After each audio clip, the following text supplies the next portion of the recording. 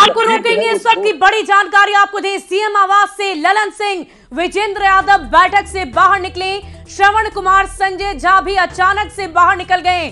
CM आवास में JDU की बड़ी बैठक चल रही थी और बिहार में पल पल सियासी तस्वीर बदलती हुई नजर आ रही है। सीएम आवास से तमाम नेता जो इस वक्त बैठक में मौजूद थे, जेडीयू के वरिष्ठ नेता, तमाम अलग अलग नेता इस वक्त अंदर थे, लेकिन वो अचानक ही बाहर निकल गए। बड़ी जानकारी आपको दे रहे हैं, बिहार में पल पल सियासी तस्वीर बदलती हुई नजर आ रही है। सीएम आवास से सभी नेता बाहर निकल गए।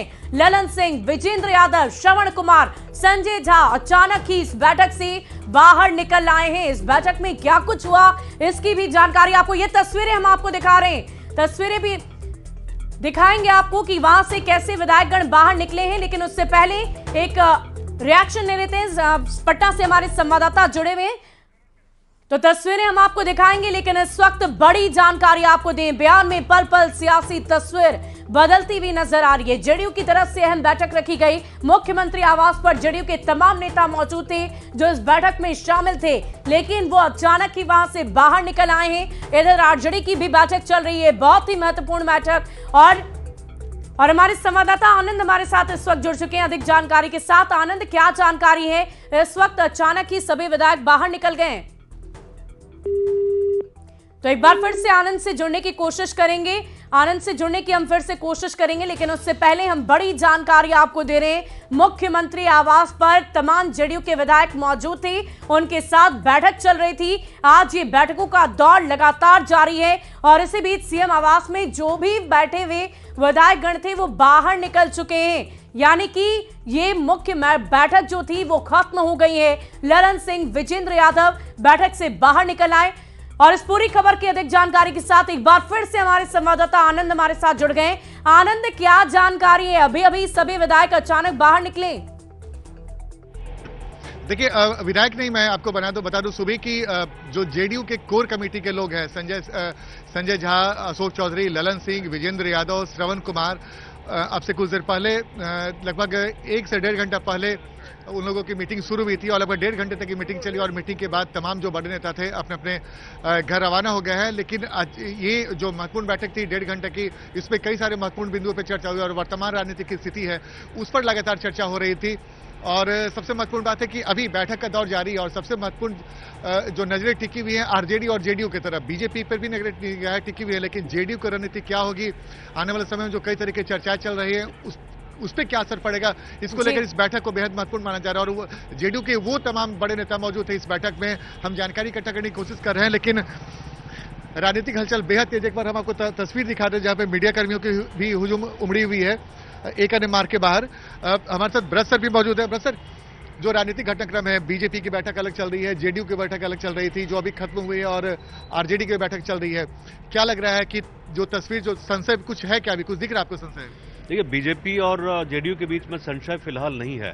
संशय जो मुझे थोड़ा बहुत दिख रहा है आरजेडी के कोने में दिख रहा है, क्योंकि उनको डिसाइड करना है कि उनको नीतीश कुमार के साथ रहना है या नहीं रहना है, या कब तक वो फैसला करेंगे। सारा जो दारोमदार है वो आरजेडी पे। क्या वो सरकार से अपना समर्थन विड्रॉ करेंगे? शायद अभी नहीं करेंगे, क्योंकि वो चाहते हैं कि जो भी स्टेप लेना हो नीतीश कुमार खुद ले, वो फैसला नहीं लेना चाहते हैं और उसी को आधार बनाकर वो आगे जनता के बीच जाएंगे और कहेंगे कि नहीं, देखिए हम तो सरकार को समर्थन दे रहे हैं। उनके एक मंत्री हैं, उन्होंने अपना जो सरकारी वाहन है वो लौटा दिया, तो इसका मतलब क्या समझे? दूसरे सचिवालय में भी हैपनिंग है, कई अधिकारी पहुंच गए हैं। एक संकेत तो हो ही जाता है, जब आप सरकारी गाड़ी को वापस कर देते हैं, एक संकेत होता है कि वो खुश नहीं है। हालांकि जब तक लालू प्रसाद यादव या तेजस्वी की तरफ से यह घोषणा नहीं होती कि हम सरकार से समर्थन वापस ले रहे हैं, तब तक इसको एक पोस्चरिंग माना जाता है पॉलिटिक्स में कि आप एक दिखा रहे हैं कि हम खुश नहीं है, नाराज हैं आपसे। तो ये चीज बिल्कुल साफ हो गई, दूरी तो बढ़ ही गई है, इसमें कोई ये नहीं है, संदेह नहीं है।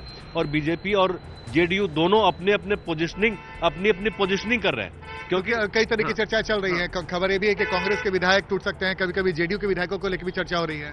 ये सब जो खबरें, ये छोटी छोटी खबरें अभी ये है कि बीजेपी में कौन कौन लोग इसमें डेप्यूटी सीएम बनना चाहते हैं, चर्चा इस बात की हो रही है। अच्छा, वहां तक बात पहुंच गई? हाँ, यहाँ तक कल रात में बहुत सारे जो लोग थे बीजेपी के सीनियर्स थे यहाँ पटना में, वो लगातार यही डिस्कस कर रहे थे कि कौन सा मंत्रालय लेने वाले हैं या कौन सा मंत्रालय मिलेगा, या एक 1.25 साल की सरकार रहेगी लोकसभा के बाद मुश्किल से, तो उसमें सरकार का हिस्सा बनना है या नहीं बनना है, तो ये सब चीजों को लेकर बीजेपी में चर्चा ज्यादा हो रही है। फॉर्मेलिटी पूरी हो चुकी है, क्योंकि यहां से कुछ नहीं होना है, जो कुछ तय होना था आनंद वो दिल्ली में तय हो चुका है। वही बिल्कुल आपने सही कहा, जो कि अमित शाह और जेपी नड्डा के साथ मुलाकात। चिराग पासवान ने पहली बार जो तेजस्वी नीतीश कुमार को लेकर सवाल पूछा गया तो बड़ा उन्होंने सकारात्मक जवाब दिया है, बोला कि कुछ इंतजार कर दीजिए, अभी कुछ भी बोलना जल्दबाजी होगा। इसका मतलब कि चिराग पासवान को मना लिया गया है। देखिए, कोशिश यही हो रही कि जो चाचा भतीजा है दोनों के बीच में एक तरह से पैचअप हो जाए। पैचअप अब तक हो नहीं पाया है सीटों को लेकर, खास करके भाई 6 सीट उनके कोटा का है एलजेपी का, मतलब चाचा भतीजा दोनों को मिलाइए तो जो पुरानी स्थिति थी, तो उससे ज्यादा तो इनको मिलने वाला है नहीं। अगर जेडीयू के साथ में जाता तो हो सकता है कि जो सीटें हैं वो कम भी हो जाएं। अच्छा, एक सवाल बड़ा इंटरेस्टिंग है सर। अभी तो 1.5 घंटा पहले हमने कोशिश की है जानने की कि बैठक में क्या हुआ, उसकी जानकारी तो अभी नहीं है, लेकिन लगातार हम कोशिश कर रहे हैं। लेकिन इंटरेस्टिंग ये है कि अगर नीतीश कुमार गठबंधन से अलग होते हैं, क्या तर्क देंगे जनता के बीच में? क्योंकि अगर आप देखिए तेजस्वी यादव की तरफ से अभी कोई गलती दिखती नहीं, अभी तक तो कोई नहीं दिखी है जब से उन्होंने इस सरकार में साथ देना शुरू किया है, तो तर्क क्या दे सकते हैं नीतीश कुमार? आखिर कौन सा वो आधार दिखता है? देखिए, ये अभी तक मुझे लगता है कि 9वां ये शपथ अगर होगा तो 9वां होगा। हर बार उन्होंने कुछ न कुछ बहाना बनाया। 2013 में जब इन्होंने सरकार छोड़ी थी, बीजेपी का साथ छोड़ा था, तो तभी यही बोला था कि भाई जो सेकुलर क्रेडेंशियल है वो नहीं रहा। उसके बाद जब आरजेडी का साथ छोड़ा तो बोला कि करप्शन के मुद्दे पे हम साथ छोड़ रहे हैं। तो इनके पास, नीतीश कुमार के पास में पाला बदलने के लिए कोई बहुत सारा कुछ न कुछ वो बचा के रखते हैं। लेकिन एक बहुत दिलचस्प है, क्योंकि जेडीयू के जितने भी बड़े नेताओं से हमारी बातचीत हो रही है, सबके निशाने पे कांग्रेस है। इंडिया गठबंधन में नीतीश कुमार की बड़ी भूमिका नहीं तय हुई।